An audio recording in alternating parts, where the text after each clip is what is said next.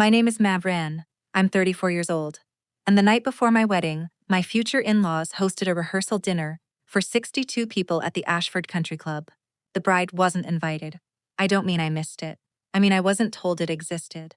I found out at 7:43 on a Friday evening, standing in my own kitchen in a dress I had paid $400 to have altered, waiting for my fiancé to pick me up for what I thought was a quiet family dinner at his parents' house. My phone lit up. It was a photo from my best friend June, who was working the event as the photographer. She had assumed I was running late. She sent the picture to ask if I needed her to save me a seat. In the picture, my future mother-in-law was at the head of the table, pearls. Her good pearls, the ones she wore to the hospital gala. 62 people. A toast already in progress.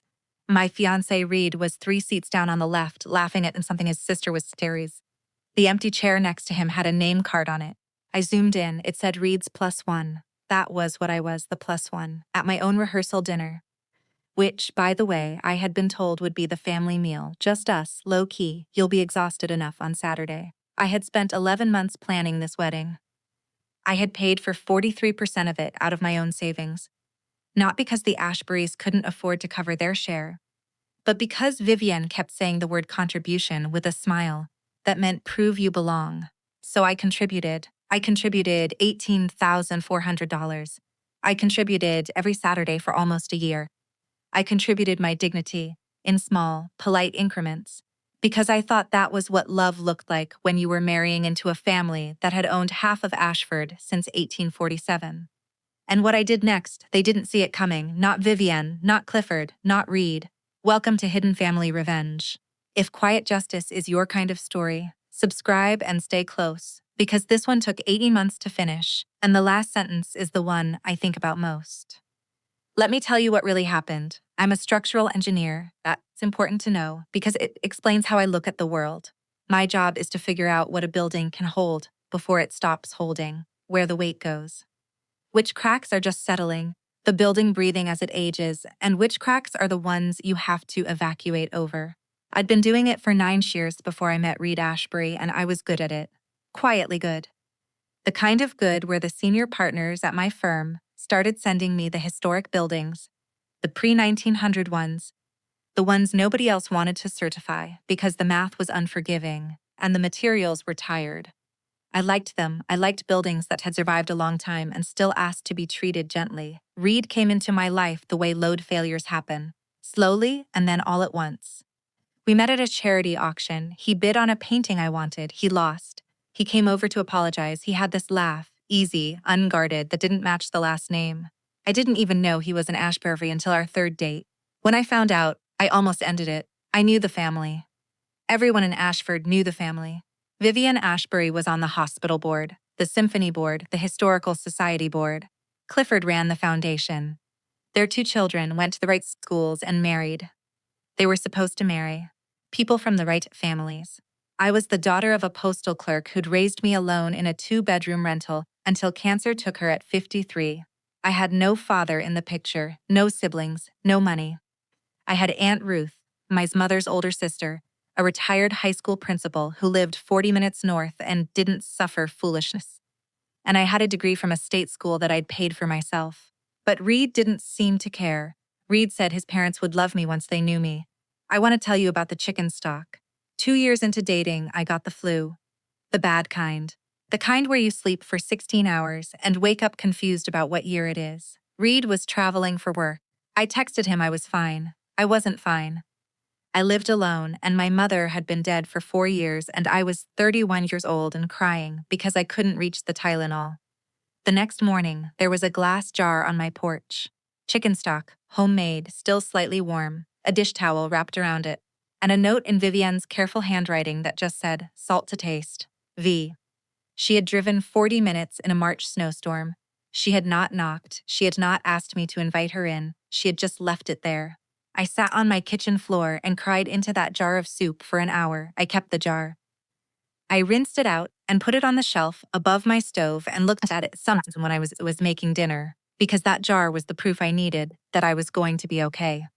That maybe this family had hard edges, but underneath, somewhere, there was something soft. Something that drove 40 minutes in a snowstorm without asking for anything back. I held onto that jar for 3 years. I want you to remember it. I want you to remember exactly where I put it. Because by the end of this story, that jar is going to mean something different than it does right now. There were warnings. Of course, there were warnings. There are always warnings. The trick is whether you read them as settling cracks or as something structural. The first warning was at Easter, 6 months after we got engaged. Vivian introduced me to a cousin from Boston as Reed's girlfriend. I corrected her gently. She smiled and said, "Oh, of course, fiancé. I'm still getting used to it." Settling crack. Buildings shift. I let it go. The second warning was the engagement party. Vivian had it at the club. 60 people. She gave a speech. She talked about Reed for 8 minutes. She talked about the Ashbury family legacy for 4. She mentioned me once by first name only in the context of the wedding we're all looking forward to. Settling crack. She was nervous. I let it go. The third warning was the dress. I'd picked my dress, simple ivory, a designer Vivian had never heard of. She suggested, gently, with her hand on my arm, that I consider something more traditional for the photos. Because, she said, the photos last forever. That one I almost flagged. That one had a different sound to it. The sound a beam makes right before it stops being a beam. But I told myself I was being dramatic. I told myself Vivian was just particular. I told myself a lot of things in those 11 months. I told myself that all engagements are stressful, that all mothers-in-law have opinions, that I should be grateful she was involved at all, because some women got worse. I told myself the cracks were settling. They weren't. It was a Friday in late September. The wedding was Saturday at 4 o'clock at the Ashford Inn, an old colonial with a garden and string lights and 47 people on the guest list, almost all of them mine, friends from the firm. College roommates, Aunt Ruth, my mother's 2 surviving cousins. The Ashburys had a much shorter guest list for the actual wedding, 12 people. Immediate family only. Vivienne had said, "We'll do something larger after, when there's time to plan it properly." She'd said it the way she said everything, with a small smile and a hand on my arm. I should have understood what she meant. I didn't. That's the thing I keep coming back to. I am professionally trained to see exactly what she was building, and I didn't see it. That Friday, Reed was supposed to pick me up at 7. We were going to his parents' house for what he had described as a quiet family dinner, just us and Mom and Dad and Laurel. So nobody's exhausted tomorrow. I'd offered to bring something. Vivienne had told me, by text, "No need, dear, just bring yourself. We want it to be easy for you." I remember the exact words. I remember because I scrolled back and read them 6 times after June's photo came in. At 7:30, Reed hadn't shown up. I texted him, no answer. At 7:40, I called. It went to voicemail. At 7:43, my phone lit up with the photo from June. Pearls, 62 people, Reed laughing. The chair beside him with the card that reads +1. The first thing I felt wasn't anger. I want to be honest with you. The first thing I felt was a kind of cold curiosity, the way I feel when I'm looking at a crack in a wall, and I can't tell yet if it's serious. I just stood there in my kitchen in my altered dress and thread earrings and I tilted my head and I thought, what am I looking at? Then June called. She sounded panicked. She'd assumed there had been a miscommunication. She said, "Marin, I am so sorry. I thought you were just running late." And then I asked Vivienne where to put you and she said, June stopped. I said, "What did she say?" June said very quietly, "She said you weren't really family yet, and the bride doesn't sit at the rehearsal dinner." The kitchen got very still. I remember the smell of the candle I had lit on the counter. Fig and cedar, a candle I had bought because I thought it would smell like a home Reed and I were building together. I remember the way my dress felt against my back. The tag was still on it. I'd been planning to cut it off in the car. I remember the sound of my refrigerator humming, and the sound of a car passing outside, and the small hard sound my phone made when I set it down on the counter, very carefully, screen down. "I want to tell you that," I screamed. "I didn't. I want to tell you that I called Reed and tore him to pieces. I didn't." I walked to the kitchen sink and I put my hands on the edge of it, and I looked out the window at my dark backyard, and I waited. I waited because I have learned something about myself over the years, about how I respond to load failure. I do not crack at the moment of impact. I crack later. The moment of impact, I go quiet. I assess, I gather, I do the math. So I stood at the sink and I did the math. 62 people, 40-minute drive. Catered dinner at the club, 3 courses minimum, probably north of $200 a head. I knew the club. I'd been forced to attend 3 events there. The pricing on a Friday in September with a sit-down dinner for 62 was somewhere between $15,000 and $20,000. Was a rehearsal dinner that cost more than my mother had ever made in 3 months of work. And I had paid $18,400 toward the wedding the following day. The actual wedding, the 12-person wedding. The math wasn't a settling crack. The math was a load-bearing wall that had been hollowed out from the inside for a long, long time. I want to tell you something I almost never tell people. Every part of me, every single cell, wanted to drive to the country club and walk into that room in my altered dress with the tag still on it and ask Vivian Ashbury, in front of 62 people, what exactly she meant by not really family yet. I didn't. I stayed at the sink, and I told myself for the first time in 11 months the truth. The truth was that this had never been a settling crack. The truth was that Vivienne had been telling me, in small, careful sentences, that I was not invited to her family, that the wedding the next day was not a wedding, it was a permission slip she was reluctantly signing, and I had read every one of those sentences as something else, because I had wanted to believe in the chicken stock jar. I went into my living room, I sat down on the couch in my dress. I didn't cry, I didn't move. I sat there for what I think was almost an hour, but I'm not sure because the clock on the mantel was the one my mother had left me and I was looking past it. At 8:47, my phone buzzed. It was Reed. He had finally noticed I was not there. His text said, "Hey, Mom said you weren't feeling up to tonight. Are you okay? You should rest for tomorrow. Love you." I read that text 4 times. I did not answer it. I went upstairs. I took off the dress. I hung it back up in the closet, with the tags still on it, very carefully, because some part of me already knew I would be returning it.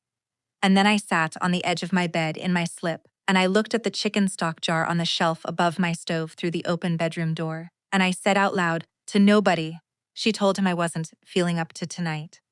That was the moment. That was the moment the wall came down. I didn't sleep that night. I don't mean I slept poorly. I mean I did not close my eyes. I made tea. I let it go cold. I made more tea.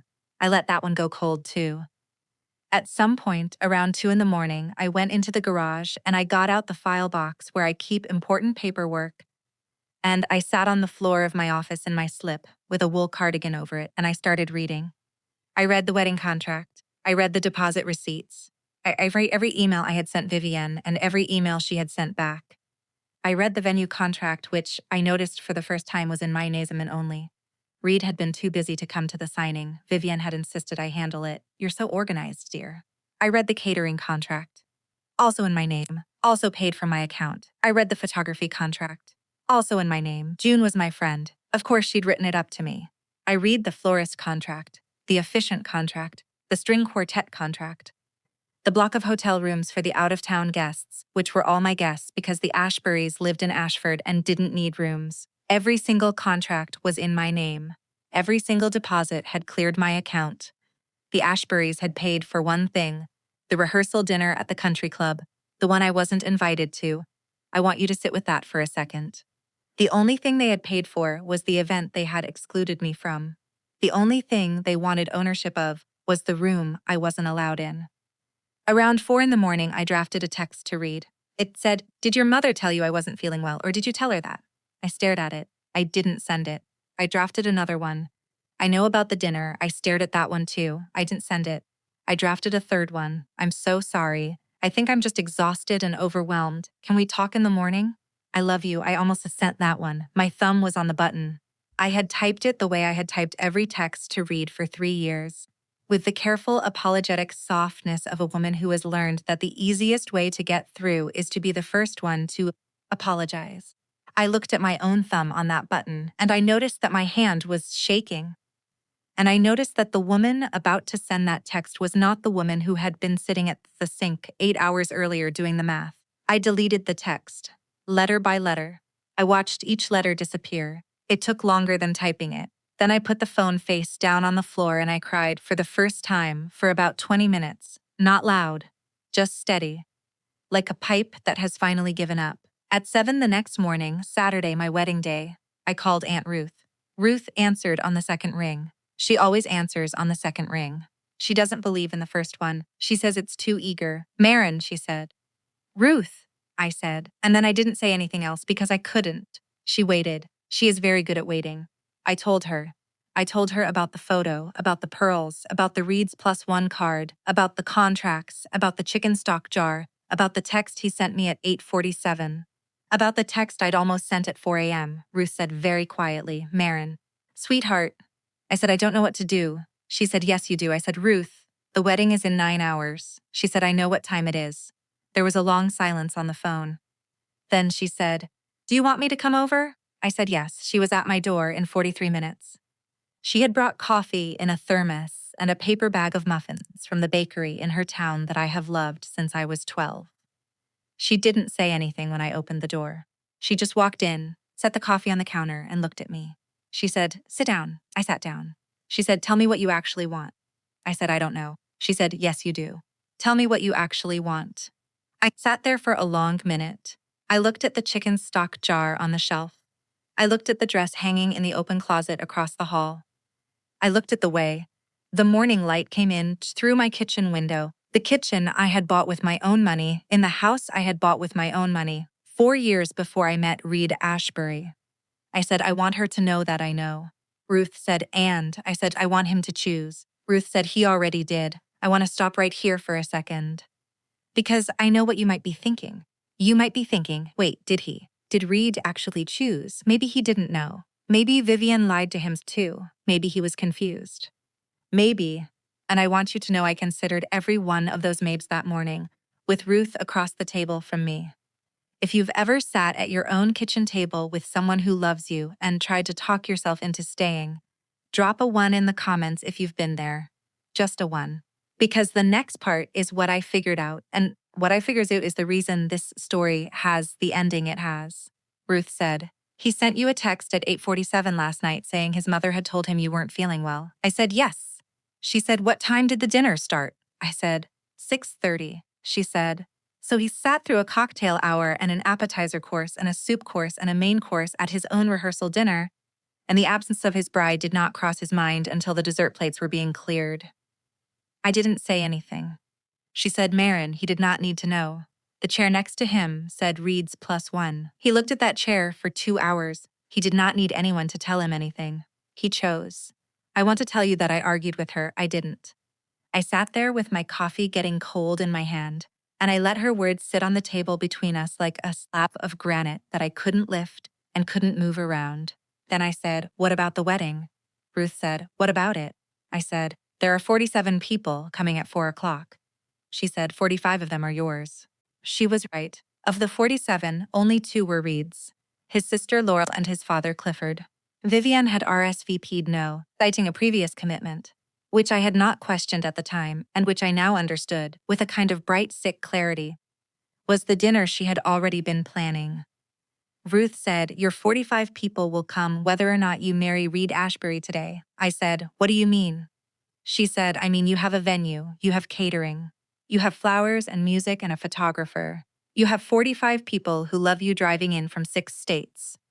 The only thing you have on Saturday at 4 o'clock that you might not need is a groom. I stared at her. She said, you have a wedding. The question is whether you have a marriage. The sentence settled in the kitchen like dust. I picked up my phone. I called my friend June, the photographer. I told her what had happened.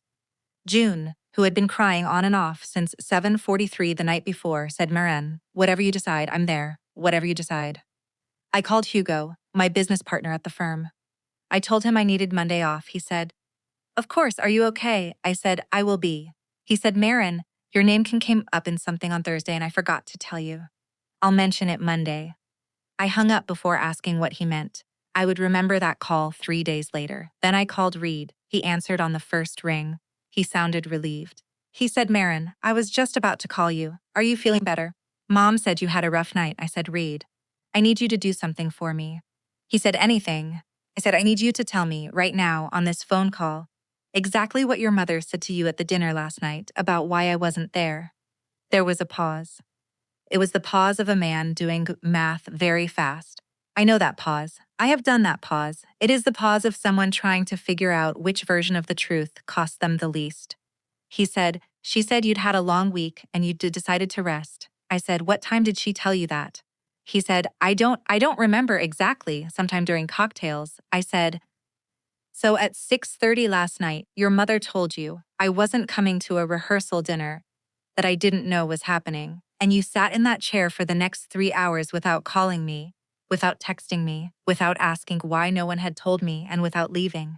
He said, Marin. I said, Raid. The chair next to you had a card on it that said Reed's +1. Not my name, not Marin, not the bride, +1. He said, I didn't see the card. I said, Reed. You were looking at that card for 2 hours. He said, Marin, I love you. I love you. Whatever you're thinking right now, please, let's just get through today.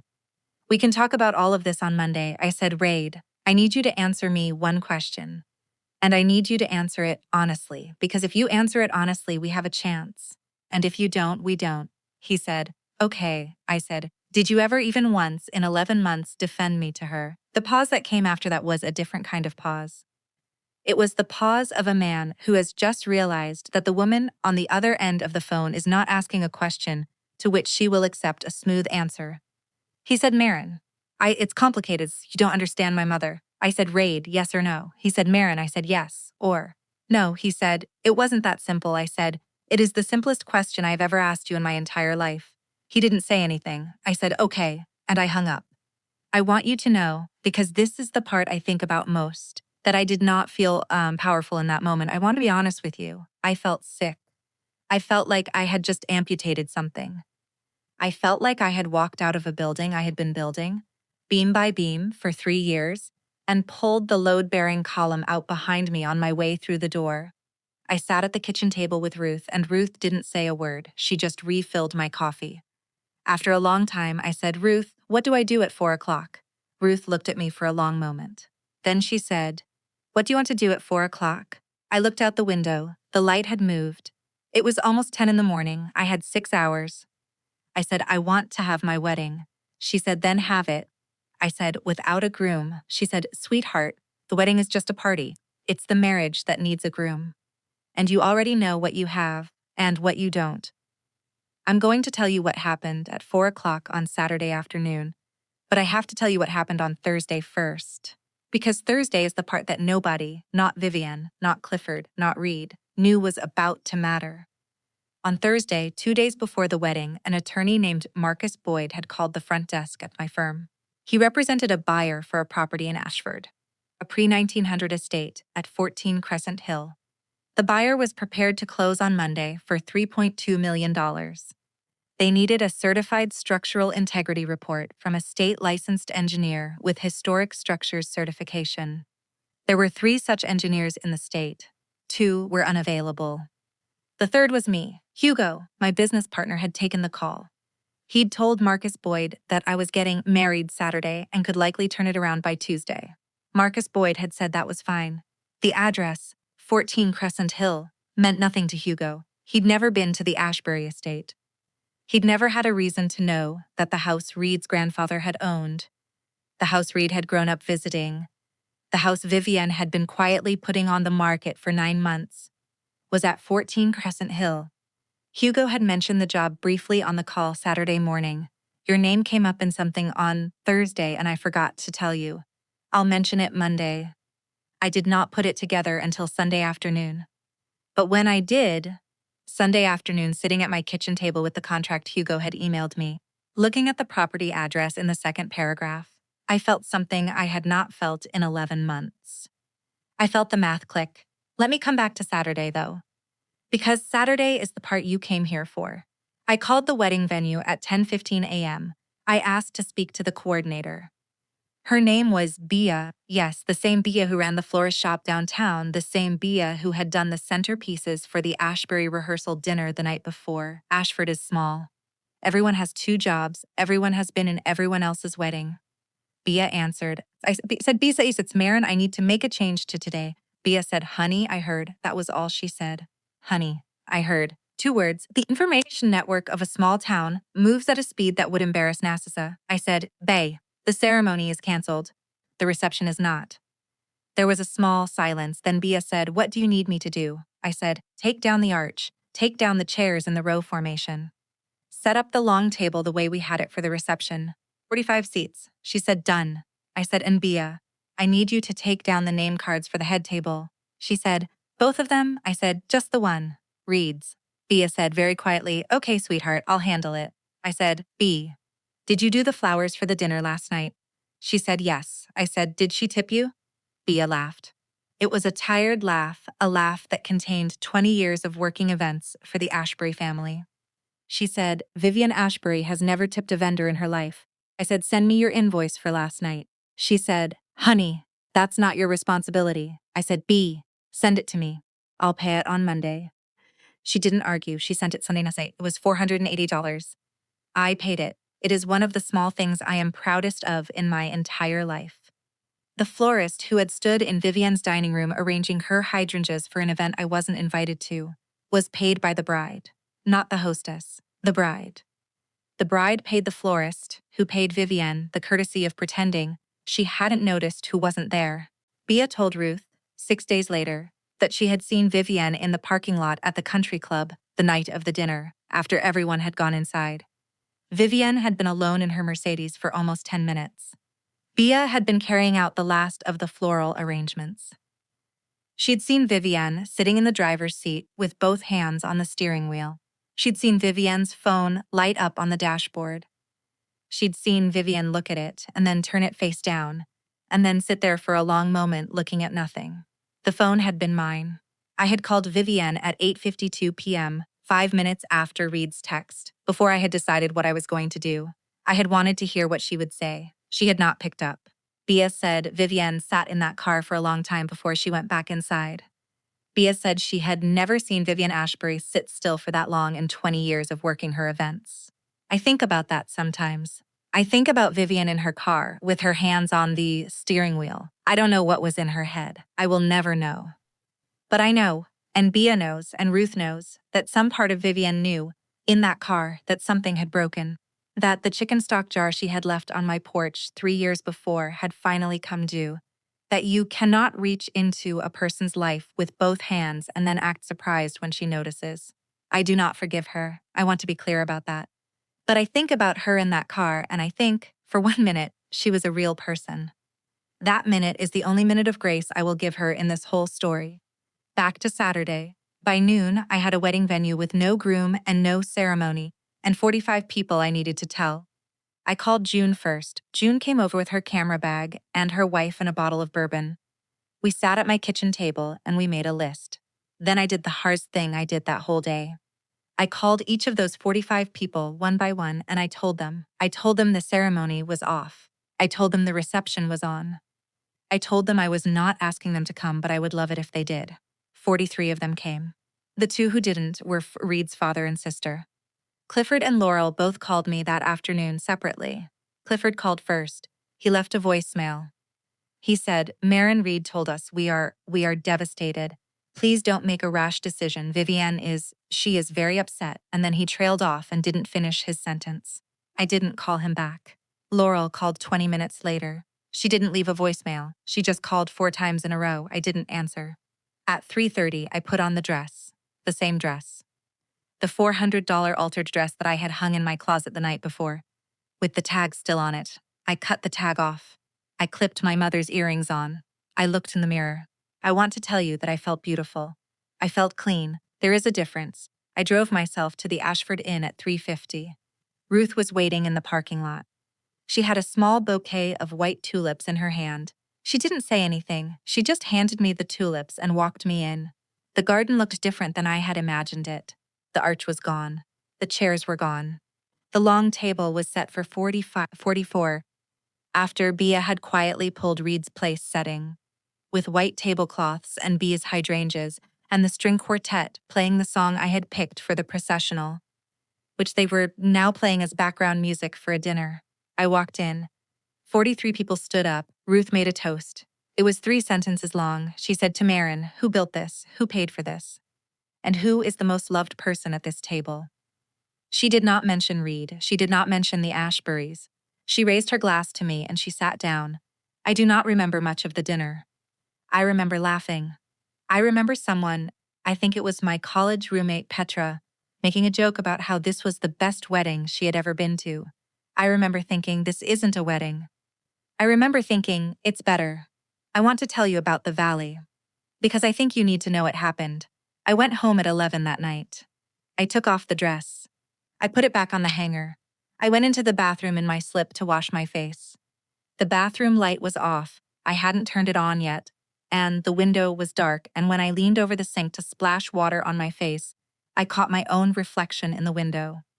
I did not recognize as her. I sat down on the bathroom floor. I sat there for a long time. I started drafting a text to read. I'm so sorry. I overreacted. The dress is still hanging up. I can be there in 20 minutes. Please. I almost sent it. I'm telling you this because I think it's important to know that strength is not the absence of weakness. Strength is what you do during the weakness. I sat on that bathroom floor for almost an hour, and I drafted 3 different versions of that text, and I deleted each one of them letter by letter. What stopped me, the thing that finally stopped me, was that I looked up at the bathroom door, which was open, and I could see through it into the kitchen, and I could see the shelf above the stove, and I could see the empty space where the chicken stock jar had been. I had put the jar in a box in the garage that afternoon, before I'd left for the venue. I hadn't thrown it away. I had just moved it. It was the first thing I had moved out. And I realized, sitting on the bathroom floor, that the woman drafting the text to read was the woman who would have set that jar back on the shelf. And the woman who had put the jar in the garage that afternoon, calmly, methodically, without ceremony, was the woman I had decided to be. I had a choice about which woman I was going to be when I stood up off the bathroom floor. I stood up, I washed my face, I went to bed. On Sunday, Hugo emailed me the contract for 14 Crescent Hill. The property address was in the second paragraph. I read it twice, then I read it a third time. Then I sat at my kitchen table for a long time looking at that address. 14 Crescent Hill was the Ashbury estate, the grandfather's house. The historic estate Vivienne had quietly put on the market 9 months earlier, about the same time I realized later that she had started pressuring me to contribute to the wedding. $3.2 million off market. Cash buyer. Closing Monday after next, now, because the inspection would take a week. Conditional on a certified structural integrity report from me. I was the only state-licensed historic structures engineer in the county. The other 2 were 40 and 70 miles away and already on other jobs. If I refused the certification, or if I delayed it, the buyer's financing would have to be re-extended. And a re-extension on a $3.2 million cash deal triggers a 30-day cooling-off period in this state. And the buyer was a developer who had 2 other properties in pipeline, and Marcus Boyd had said the words time-sensitive on Thursday, and Hugo had repeated them to me. I sat at the table for a long time. I want you to understand, I did not decide in that moment to use the certification as a weapon. I decided to use it as a question. There's a difference. The weapon would have been refusing it. The question was something else. I called Marcus Boyd on Sunday afternoon. I told him I would be honored to take the engagement. I told him I would have the report on his desk by Tuesday at noon. He thanked me 3 times. He said his client was relieved. He said the seller was, and these are the words he used, very motivated to close. I asked Marcus Boyd one question. I asked him if the seller's representation had requested any specific language in the report. He said yes, that seller's attorney had asked that the report include a statement that no immediate structural remediation was required. I asked him to email me that request in writing. He did, an hour later. The email was from Vivienne Ashbury's attorney, copying Vivienne. It said, "Please ensure the structural report contains language confirming no immediate remediation required, as any such requirement would jeopardize the closing timeline." I read that email 3 times, then I forwarded it to Ruth with no comment. Ruth wrote back, "Sweetheart was all, just sweetheart." I drove out to 14 Crescent Hill on Monday morning. I spent 6 hours in the house. I crawled the basement. I checked the joists. I measured the foundation. I tested the load-bearing walls. I climbed into the attic. I documented everything. The house was, and I want to be specific here because this matters, structurally sound except for one beam in the basement. A single load-bearing beam, original to the 1881 construction, that had developed a fatigue crack consistent with about 40 years of progressive moisture damage. It was not an emergency. It was not unsafe. But it was, by the standards of certified historic structures engineering, a finding that required disclosure and a recommendation for remediation within 24 months. I could have written the report 2 ways. I could have written it the way Vivienne's attorney had asked, emphasizing that no immediate remediation was required, and Marcus Boyd's client would have closed on Monday, and Vivian would have received $3.2 million, and I would have done nothing wrong.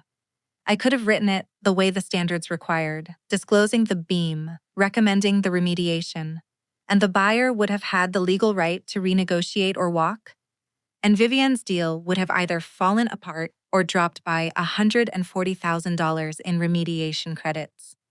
I wrote it the way the standards required. I want to be clear about this. I did not lie. I did not exaggerate. I did not invent anything. I wrote the report exactly as I would have written it for any client in any house in this state. I disclosed what I had found. I recommended what the standards required. I signed it. I sent it to Marcus Boyd at 11:47 a.m. on Tuesday. The certification is the question I was telling you about earlier. The question is, what does this woman do when she is asked, in writing, by a family attorney, to write a report that is convenient instead of accurate? The answer is the report. Marcus Boyd called me at 1:15 p.m. Tuesday. His voice was very polite. He said his client was reviewing the findings and would be in touch. He thanked me again. He did not ask me to revise anything. He could not. The report was a state-registered document with my license number on it. Once it was filed, it existed. By Tuesday afternoon, every party in the deal had a copy of my report. By Tuesday night, Vivian Ashbury knew the name of the engineer who had signed it. She called me at 7:02 a.m. on Wednesday. Pearls would have been on by then, I'm sure. Vivian never picked up a phone without the pearls. I let it ring. I watched the screen. I let it go to voicemail. She called again at 7:04, and again at 7:11, and again at 7:23. And then at 7:30, my doorbell rang. I want you to understand. Vivian Ashbury had never been to my house. In 3 years, not once. She had driven past it, presumably, the day she had left the chicken stock jar on the porch. But she had not knocked. She had not, on that day, crossed the threshold. She had not in 3 years accepted any of my invitations to dinner. The house had been beneath her in a way I had refused to read. But on Wednesday morning at 7:30, she rang my doorbell. I opened the door. She was smaller than I remembered her. I want to tell you that this was psychological, that I had grown and she had shrunk in my mind. It wasn't. She was physically smaller. She had not slept. Her makeup was on, but it was not the way a woman puts makeup on when she is trying not to look like she has not slept, which is different from how a woman puts makeup on when she has. She said, "Marin, may I come in?" I said no. She said, "I think we should talk." I said, "We can talk on the porch." She did not flinch. Vivian Ashbury does not flinch. But there was a half second where she made a calculation about whether to leave, and she decided not to. She stayed.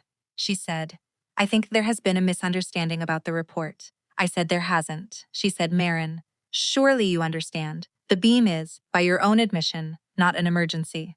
The buyer is well. He is a developer. He understands old houses. This kind of finding presented in this way will cost the family a great deal of money." I said, "Probably about $140,000. She said, "You are aware of what you've done." I said, "I'm aware of what I've reported." She said, "Marin, I want to be honest with you. The way the report is written, it can be revised. There is still time. The buyer has not formally responded. If you would consider, for the sake of the family, softening the language." I said, "Vivienne." She stopped. I said, "I have one question for you. I want you to answer it. And then I want you to leave my porch." She said, "All right." I said, "Last Friday at 6:30 p.m., at the rehearsal dinner that you hosted for 62 people at the Ashford Country Club, when June the photographer asked you where to put me, you said I wasn't really family yet. And the bride doesn't sit at the rehearsal dinner. Yes or no?" She did not answer. I said, "Vivienne, yes or no?" She said, "That is not exactly what I said." I said, "It is what June heard. It is what June repeated to me. It is what made me look at the chair next to your son that said Reeds +1. So I will ask you again, yes or no?" She said, "I may have said something to that effect." I said, "Thank you." She said, "Marin, please. I drove 40 minutes in a snowstorm with chicken stock for you when you were sick." I want to tell you what happened in my chest when she said that. I want to tell you because it is the most important sentence in this entire story, and not for the reason you might think. What happened in my chest when Vivian Ashbury invoked the chicken stock jar on my porch at 7:31 a.m. on a Wednesday was nothing. I felt nothing. For 3 years I had held that jar like a relic. I had looked at it on the shelf above my stove and used it as evidence that this woman, somewhere underneath, contained a real person. And the moment Vivienne herself reached for it, the moment she tried to use it the way I had used it, I understood with a clarity that was almost surgical that the jar had never been about me. The jar had been about her. The jar had been a deposit she had made in a bank account she had every intention of withdrawing from. The 40-minute snowstorm drive had been an investment. And here she was at my door 3 years later asking for the return on the investment. I said, Vivienne, the chicken stock was the kindest thing you ever did for me. And it was the cheapest. You spent 2 hours of your life on it, and you have spent every conversation since then trying to make me pay it back. So I want you to know, I have heard the receipt. I have it in my hand. And it is paid in full. There is no balance remaining, she said. Marin, I said, the report stands. She said, Marin, please. I said, Vivienne, there won't be a wedding form for me to certify, and there won't be a report for me to revise. The first one I gave you for free. The second one is the one you paid for. She did not move. She stood there on my porch in her pearls. I said, you should go. She went. I closed the door. I stood with my back against it for a long moment. And then I walked into my kitchen and I looked at the empty shelf above the stove and I poured myself a cup of coffee. Reed called me at 9:14 a.m. He had heard from his mother. I let it go to voicemail. He left one. He said, Marin, please call me. She is in pieces. I know you're hurt. I know things went wrong on Friday, but you are punishing my entire family for one mistake. Please? Please, can we talk? I did not call him back. He called 4 more times that morning. I let each one go to voicemail. At noon, my phone buzzed with a text from Laurel. Laurel, Reed's younger sister, the enabler. The one who for 3 years had said, I'm sure Mom didn't mean it that way. The text said, Marin, I owe you an apology. I knew about the dinner on Wednesday. I should have told you. I was a coward. I'm sorry. I don't expect you to forgive me. I just wanted you to know that I know I was wrong. I read it 5 times. I want you to understand. That text from Laurel, 12 sentences, 83 words, no excuses, was the only piece of accountability that emerged from the entire Ashbury family in the 18 months that followed. It did not fix anything. It mattered anyway. I wrote back. I said, thank you, Laurel. That was all I wrote. She wrote back, take care of yourself. That was the end of every conversation I have ever had with anyone in that family. By the end of that week, the buyer had walked from the 14 Crescent Hill deal. The buyer's developer brain had done its own math, and the math after my report did not work. By the end of the month, the property had gone back on the market at 2.9. By the end of the next quarter, it had sold for 2.75, a loss of $450,000 against Vivienne's expected close. Vivienne did not return to the Children's Hospital Gala that year. She had been on the gala committee for 16 years. Bea told Ruth, who told me that Vivienne had quietly stepped back, citing personal reasons. She also stopped attending Sunday service at the Episcopal Church on Maple Street.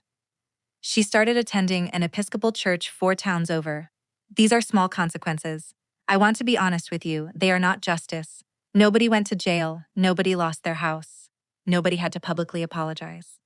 But in a town like Ashford, where Vivienne Ashbury had spent 40 years building a public image that was the entire load-bearing column of her life, the smallness was the consequence. The quiet retreat from the gala, the drive to a different church. The understanding, in every grocery store and every dry cleaner and every coffee shop, that something had happened even if nobody could say exactly what. The story traveled. It always does.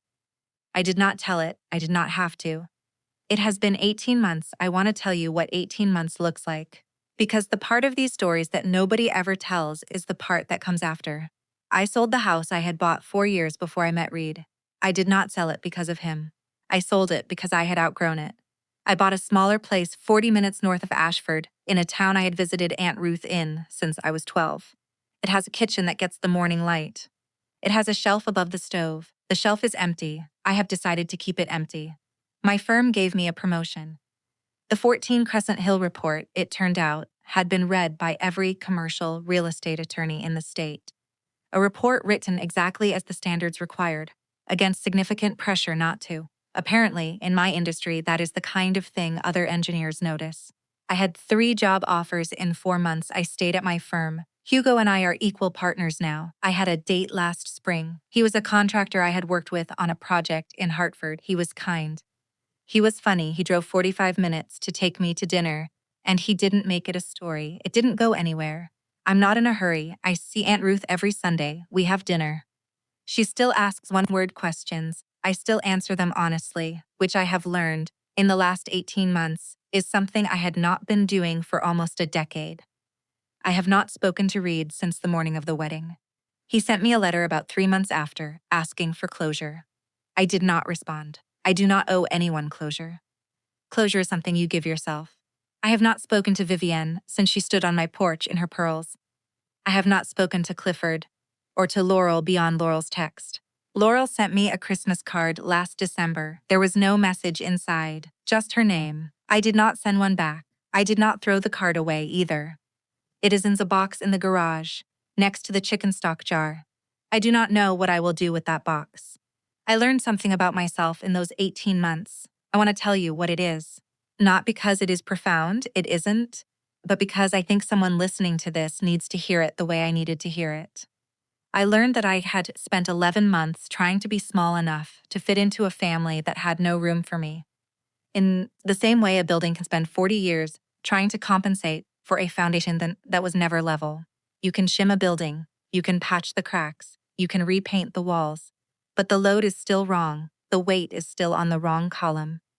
And one day, usually is insight in my experience in a kitchen at 7:43 on a Friday evening, the column gives, as I used to think that love meant being willing to make yourself smaller for the people you loved. I thought that was the price of belonging. I thought that the chicken stock jar on the shelf above my stove was proof that someone had once made themselves slightly smaller for me, and that I owed something back. I know now that the people who love you do not require you to be smaller. The people who love you build a bigger room. If you are the one who always pays for the dinner, who always apologizes first, who always sits in the chair labeled +1 at your own table, listen to me, just listen. The family that won't make room for you at the table was never going to make room for you in their lives. The wedding I had on that Saturday at 4 o'clock at the Ashford Inn, the one with 43 people and no groom and no say in ceremony, was the best party I have ever attended. We ate. We laughed. June took photographs. Ruth made a toast. My college roommate Petra got slightly drunk and told a story about me at 19 that I had forgotten. The string quartet around 8 o'clock started playing requests, and somebody asked for the Beatles, and the lead violinist did her best with Here Comes the Sun. I danced with Hugo. I danced with Ruth. I danced with June. I did not dance with the groom because the groom was at home in Ashford, trying to figure out, I suppose, what had happened to his life. I want to be honest about one more thing. About 6 months after the wedding, Vivienne wrote me a letter. It came in the mail. It was 3 pages long. It was handwritten on her good stationery. It was, and I want you to understand this, the closest thing to an apology Vivienne Ashbury was capable of producing. It did not contain the word sorry. But it contained sentences like, I have been thinking about what you said and I did not understand at the time, and I would welcome the opportunity if you were ever willing to speak. I read it twice. I put it on the kitchen table. I sat with it for 2 days, and then I wrote her back, one sentence. Vivienne, I appreciate the letter. I am not interested in a conversation. I wish you well. I left the door open 1 inch, not wide enough to walk through, but not locked. If she's somewhere in her, the capacity to become a different woman that is between her and the next 10 years of her behavior. It is not my project, not anymore. I set my table differently now. When Ruth comes for Sunday dinner, I set 2 places. When I eat alone, I set 1. I do not set the extra plate for a person who might walk in. I am no longer in the business of preparing for arrivals that are not coming. The shelf above my stove stays empty. Sometimes in the morning, the light moves across it.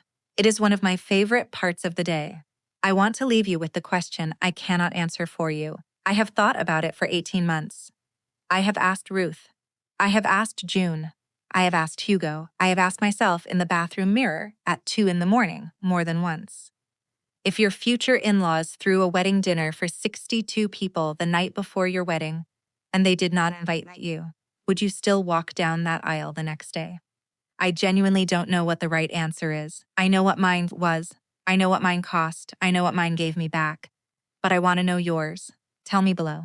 Not what you think you would do, what you would actually do. The honest version, the 4 a.m. version.